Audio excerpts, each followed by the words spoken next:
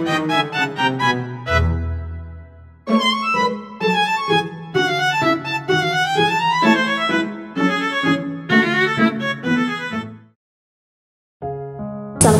Bu. Waalaikumsalam. Ini dengan Mbak Naura ya? Bu, saya yang kemarin menghubungin Ibu. Oh iya, silakan duduk ya.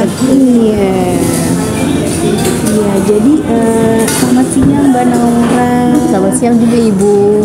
Iya, jadi di sini kita kenalan dulu deh ya kan. Senang kali bisa bertemu Mbak Naura hari ini secara tatap muka ya kan. Iya Bu. Kenalkan nama Ibu Esti Salsabila.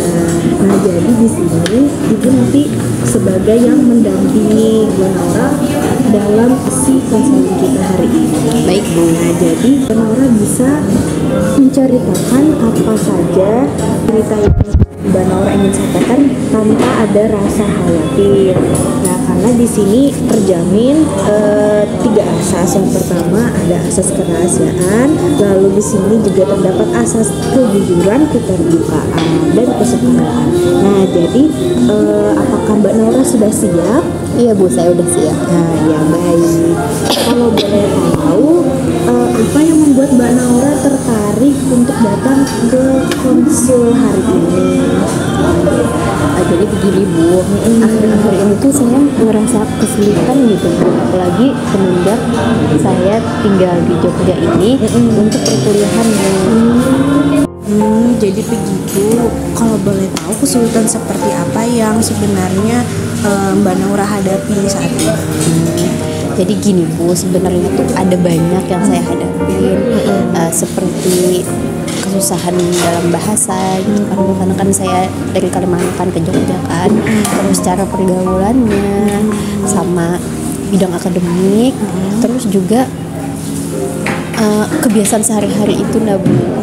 Nah, jadi saya tuh ngerasa jauh banget bedanya tinggal di Jogja sama di Kalimantan gitu Bu.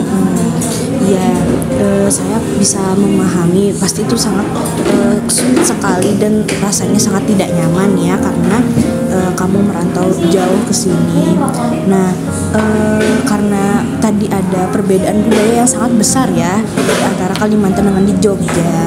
Nah, kira-kira hal apa sih yang sebenarnya dari Mbak Naura itu terasa membuat Mbak Naura merasa tidak nyaman atau paling berbeda itu seperti apa? Kalau saya rasa paling berbeda itu tuh ada di akademiknya sih.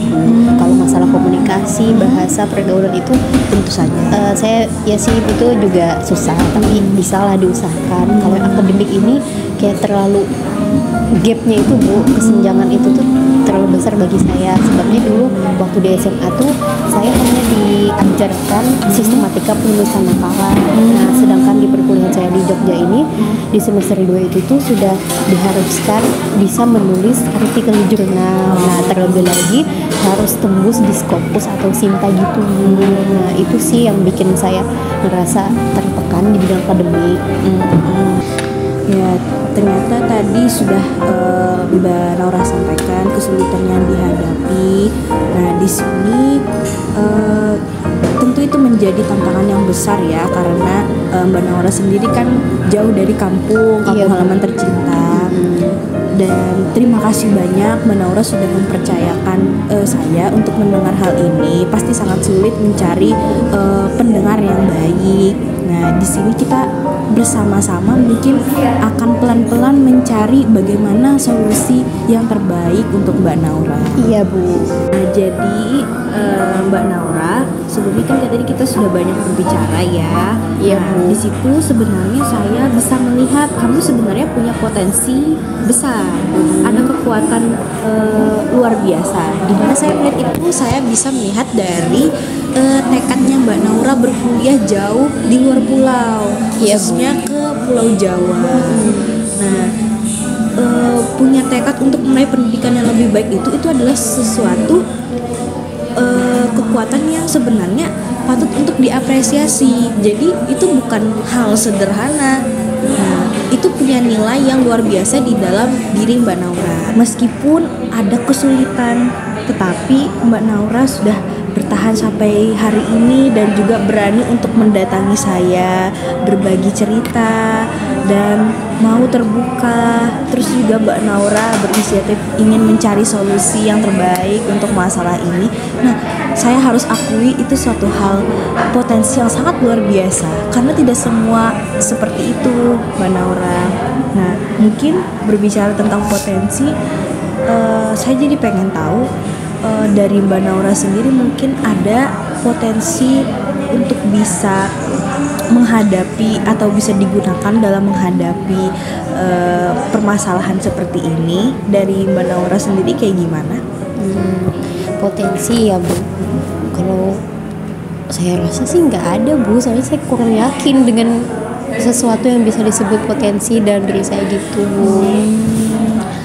Coba pelan-pelan lagi mungkin Mbak Naura ingat-ingat mungkin waktu semasa SMA sebelum kuliah ada pernah mungkin ikut organisasi apa semisal, atau mungkin Mbak Naura misalnya ada pernah ikut ekskul apa, sesuatu yang mungkin Mbak Naura sukai mungkin waktu sekolah. Nah, itu bisa menjadi potensi atau bakat Mbak Naura mungkin. Kalau diingat-ingat lagi ya Bu, dulu itu waktu SMA sih saya sering ikut ekskul menyanyi Bu. Nah, karena itu saya tuh hobinya nyanyi. Nah, tapi saat di sini tuh saya merasa ragu dan agak takut untuk menyambung hal itu gitu, meneruskan hal itu Bu. Nah, di sini sih Ibu lihat itu bisa jadi bakat kamu. Kalau kamu berani untuk mengasah lagi, beneran untuk meneruskan lagi, nah insya Allah itu jadi potensi besar kamu dalam menghadapi permasalahan ini. Nah, Naura kan dari Kalimantan ya. Nah, jadi sebenarnya budaya Naura itu sendiri itu sebenarnya bukan jadi suatu kelemahan Naura, akan tetapi itu menjadi kekuatan Naura karena orang-orang memandang itu nilai yang berbeda dilihat orang lain dan itu membuat Naura menjadi unik. Nah, mungkin Naura bisa nanti mencari teman-teman dari Kalimantan yang berkuliah di Jogja misalnya, atau mungkin bisa menemukan organisasi-organisasi yang mendukung hal yang disukai Naura, misalnya ikut paduan suara di kampus. Nah, karena kan Naura tadi suka bernyanyi, terus itu juga mungkin klub musik yang ada di luar kampus juga Naura bisa cari, dan di situ bisa menemukan relasi baru untuk Naura yang Naura senangi. Oh iya Bu, agak deg-degan dan khawatir sih Bu, takut gak diterima, tapi saya bakal coba deh. Tidak apa-apa Naura, deg-degan itu hal yang normal karena hal kecil yang kita anggap remeh itu bisa sebenarnya menjadi langkah besar, walaupun memang memulai langkah itu kelihatannya sulit, tapi setelah kita jalani perlahan-lahan insya Allah pasti sampai juga di tujuan akhirnya. Nah, mungkin Naura bisa dengan teman-temannya nanti bisa saling cerita, mungkin ada hal-hal yang menarik di Kalimantan yang membuat teman-teman baru nanti tertarik, oh seperti apa Kalimantan semisalnya, atau nanti waktu dengan teman-teman sekelompok waktu nugas mungkin bisa sambil cerita-cerita identitas budaya Mbak Naura itu menjadi bagian diri Mbak Naura dan menjadi nilai tambahan Mbak Naura, karena dilihat orang-orang itu adalah keunikan Mbak Naura. Itu bukan menjadi hal penghalang untuk Mbak Naura ke teman-teman dan dalam pergaulan. Oh baiklah Ibu, akan saya terapkan saran-saran dari Ibu. Iya. Nah baik Mbak Naura, kita tadi kan sudah banyak sekali berdiskusi dan membahas banyak hal. Dari Mbak Nauranya sendiri bagaimana perasaannya setelah kita berdiskusi pada hari ini? Alhamdulillah sih Bu, saya ngerasanya lebih lega aja gitu. Terus saya tuh jadi lebih menyadari apa saja potensi yang bisa saya maksimalkan gitu Bu. Alhamdulillah, syukurlah kalau begitu. Saya senang sekali mendengarnya. Saya melihat ada perubahan positif dari Mbak Naura sendiri, ingin berani membuka diri, mau mengeksplorasi perasaan Mbak Naura. Lalu yang paling terpenting Mbak Naura sudah mau mencoba langkah-langkah untuk berani maju. Selanjutnya juga Mbak Naura patut berbangga dengan diri Mbak Naura sendiri, karena memang adaptasi itu sulit, tapi yang namanya adaptasi itu perlu waktu. Jadi kalau ada hal hari-hari yang terasa sulit, itu hal yang normal, itu hal yang wajar. Baiklah Ibu. Ya, terima kasih banyak ya Mbak Naura sudah membersamai Ibu dalam konseling hari ini. Semoga nanti ke depannya Mbak Naura bisa lebih bersemangat lagi dalam menjalani kuliahnya. Dan terima kasih juga Mbak Naura sudah kooperatif ya dalam sesi konseling kita hari ini. Mungkin nanti di lain waktu ketika Mbak Naura merasa kurang nyaman, nanti bisa hubungi Ibu lagi ya. Baik Ibu. Iya, terima kasih banyak ya Mbak Naura. Terima kasih kembali Ibu. Iya.